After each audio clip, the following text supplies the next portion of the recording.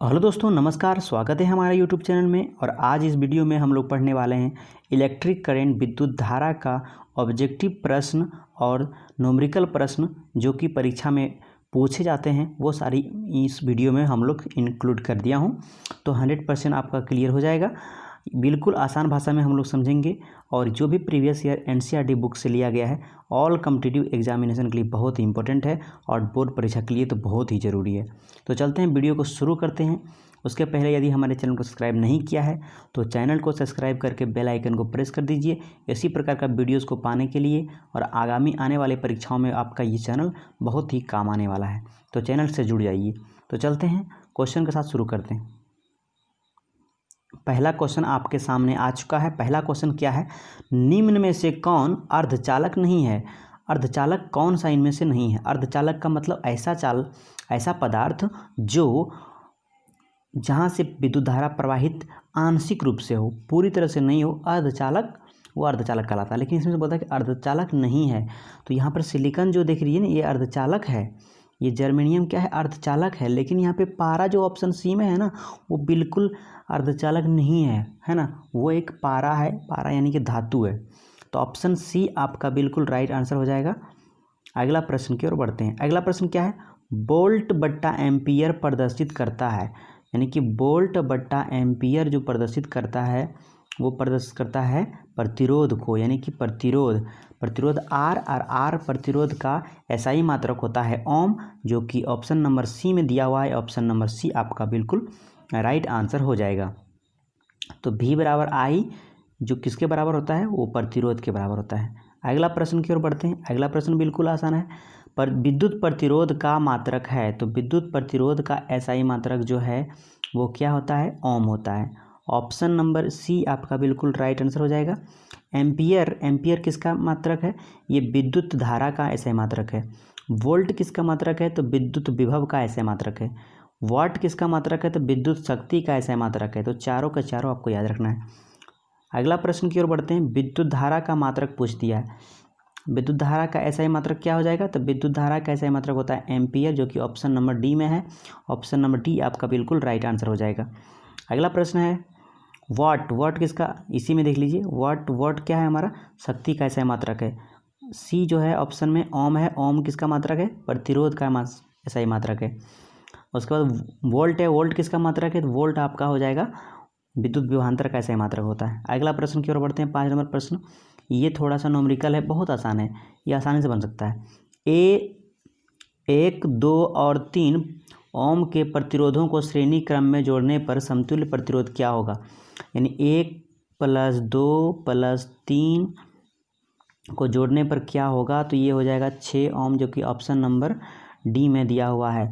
इसका क्या मतलब हुआ? इसका मतलब हुआ कि R1 + R2 + R3, मतलब उसके बाद डॉट डॉट डॉट Rn तक जो भी आपका दिया हुआ है श्रेणी क्रम में सबको जोड़ दीजिए, उसके बाद आपका आंसर आ जाएगा।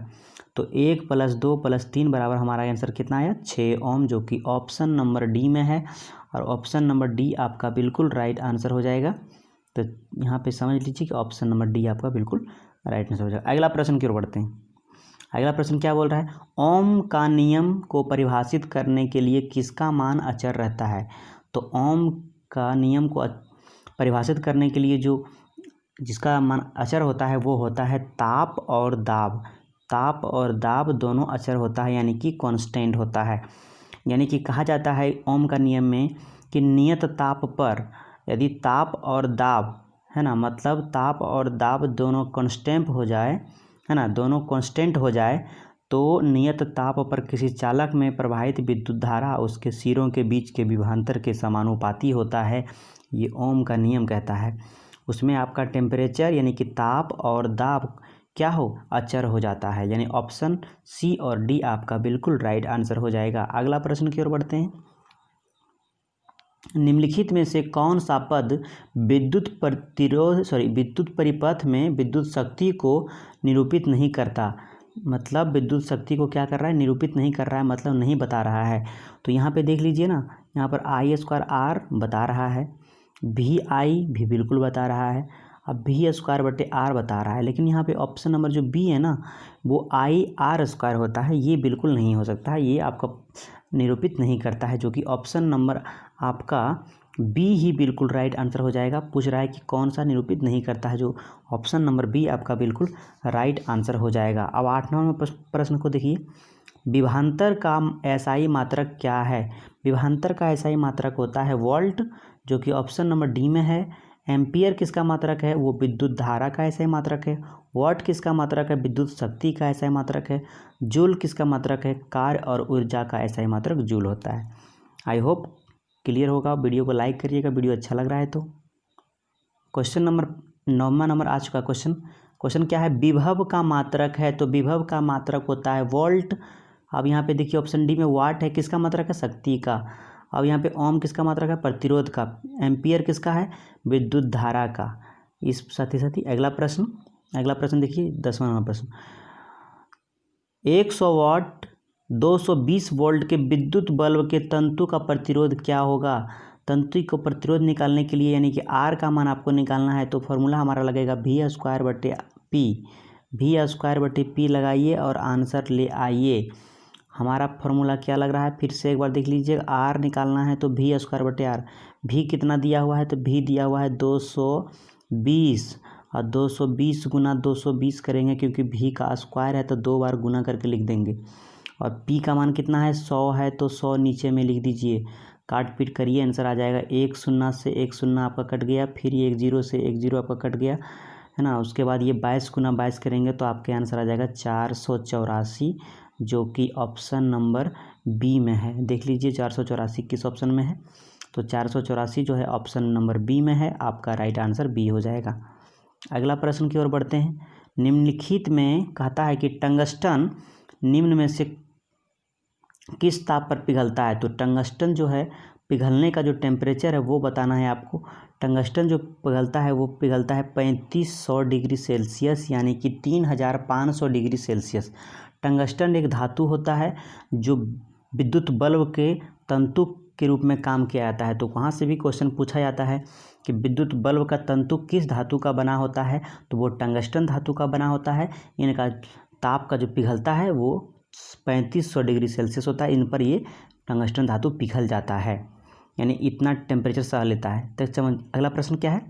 विद्युत शक्ति का मात्रक क्या है? विद्युत शक्ति का जो मात्रक है बाबू वो है वाट। ऑप्शन नंबर डी आपका बिल्कुल राइट आंसर हो जाएगा। एम्पियर जो है वो है विद्युत धारा का मात्रक। ओम किसका मात्रक है? प्रतिरोध का। और वोल्ट किसका मात्रक है? ये है आपका विद्युत विभव या विभवांतर का। अगला प्रश्न की ओर बढ़ते हैं। अगला प्रश्न बहुत ही आसान है, 13 नंबर प्रश्न, बहुत ही समझिएगा। प्रतिरोध का मात्रक है, तो प्रतिरोध का ऐसा ही मात्रक अभी जस्ट मैंने बताया कि ओम होता है। ऑप्शन नंबर डी आपका बिल्कुल राइट आंसर हो जाएगा। जूल किसका मात्रक है? कार्य या ऊर्जा का मात्रक जूल होता है। वाट किसका मात्रक है? शक्ति का मात्रक वाट होता है। एम्पियर किसका मात्रक होता है? ये विद्युत धारा का ऐसा मात्रक होता है। अगला प्रश्न 14 नंबर प्रश्न, ये आपके सामने आ चुका है। क्वेश्चन क्या कह रहा है देखिए, 12 वोल्ट विभवांतर के दो बिंदुओं के बीच 2 कूलम्ब आवेश को ले जाने में किया गया कार्य निकालना है। किया गया क्या? डब्लू बराबर निकालना है। डब्लू बराबर फॉर्मूला क्या होता है? सी इंटू भी। सी इंटू भी निकालना है, तो सी का मान क्या है दिया हुआ? 2 दिया हुआ है, और भी का मान कितना है? तो 12 है। ये दोनों को जब गुना करेंगे तो 12 दूनी 24 हो जाएगा, जो कि 24 है। 24 जूल हो जाएगा आपका आंसर। 24 जूल जो कि ऑप्शन नंबर बी में दिया हुआ है। ऑप्शन नंबर बी आपका बिल्कुल राइट आंसर हो जाएगा, 24 जूल। अगला प्रश्न की ओर बढ़ते हैं। अगला प्रश्न आपके सामने आ चुका है। सेल के विद्युत वाहक बल का मात्रक क्या होगा? तो विद्युत वाहक बल का ऐसा ही मात्रक होता है वोल्ट। विभवांतर का भी वोल्ट, और विभवांतर का और विभव का भी ऐसा ही मात्रक वोल्ट होता है। यहाँ पे ओम किसका मात्रक है? तो वो आपका हो जाएगा प्रतिरोध का ऐसा मात्रक। एम्पियर किसका मात्रक होता है? विद्युत धारा का। और कूलम्ब किसका मात्रक होता है? ये आवेश का होता है। विद्युत आवेश का ऐसा मात्रक कूलम्ब होता है। आई होप सब क्लियर हो रहा होगा। अगला प्रश्न की ओर बढ़ते हैं। 16वां नंबर प्रश्न बहुत ही इंपॉर्टेंट है।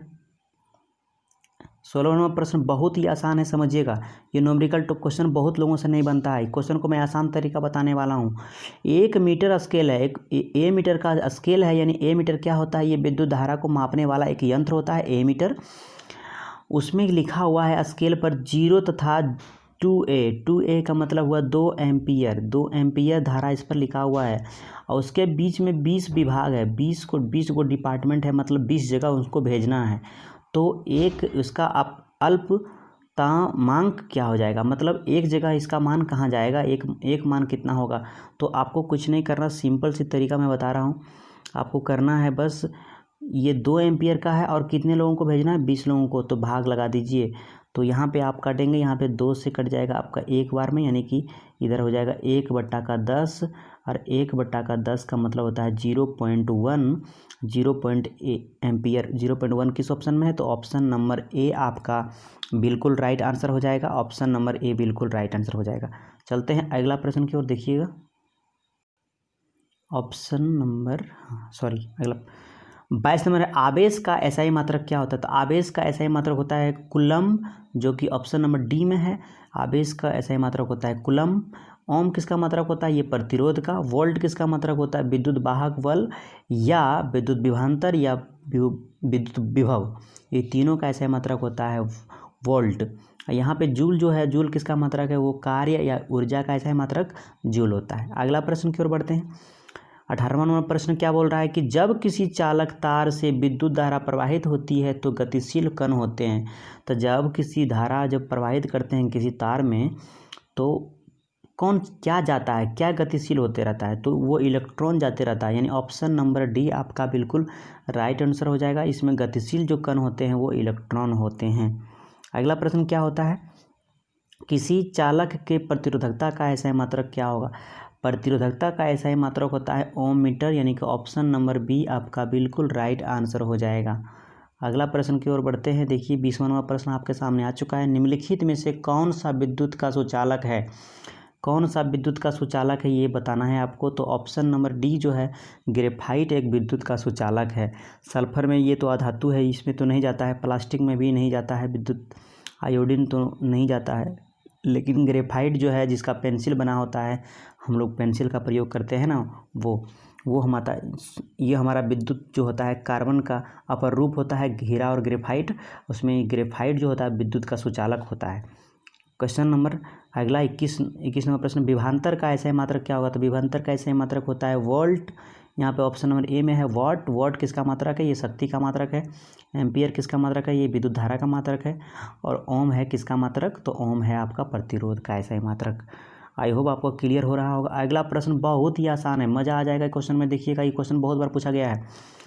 किसी बल्ब से 1 मिनट में 120 कूलम आवेश प्रवाहित होता है तो विद्युत धारा का मान, यानी कि प्रवाहित धारा का मान कितना होगा। तो प्रवाहित धारा का मान का फॉर्मूला लगाइए और आंसर पाइए। फॉर्मूला इसका क्या होता है, इसको समझिएगा ध्यानपूर्वक। कहता है कि 1 मिनट, यानी कि टाइम जो हमारा दिया हुआ है ना, वो 60 सेकेंड है। 1 मिनट में कितना सेकेंड होता है, तो 60 सेकेंड होता है। और यहाँ पर क्यू जो दिया हुआ है, यानी क्यू कितना आवेश निकल रहा है, तो 120 कूलम आवेश निकल रहा है जी। तो आपको निकालना है ए, और ए यानी कि विद्युत धारा का मान, यानी कि आई का मान निकालना है आपको। आई का मान निकालना है, तो आई बराबर क्या हो जाएगा हमारा, क्यू इंटू क्या हो जाएगा आपका, क्यू बटा टी। क्यू बटा टी हो जाएगा। तो क्यू कितना है हमारे पास, क्यू है 120 और 120 बट्टा करेंगे 60, यहाँ से हमारा कट जाएगा 2 बार में, 2 बार यानी कि 2 एम्पियर जो हो जाएगा। ऑप्शन नंबर आपका बी बिल्कुल राइट आंसर हो जाएगा। ऑप्शन नंबर बी आपका बिल्कुल राइट आंसर हो जाएगा। चलते हैं अगले प्रश्न की ओर, बहुत मज़ा आने वाला है। आपके सामने अगला प्रश्न आ चुका है। 23वां नंबर प्रश्न क्या कहता है, समझिएगा। विद्युत बल्ब का तंतु किस धातु का बना होता है, तो वो टंगस्टन धातु का बना होता है। ऑप्शन नंबर बी आपका बिल्कुल राइट आंसर हो जाएगा।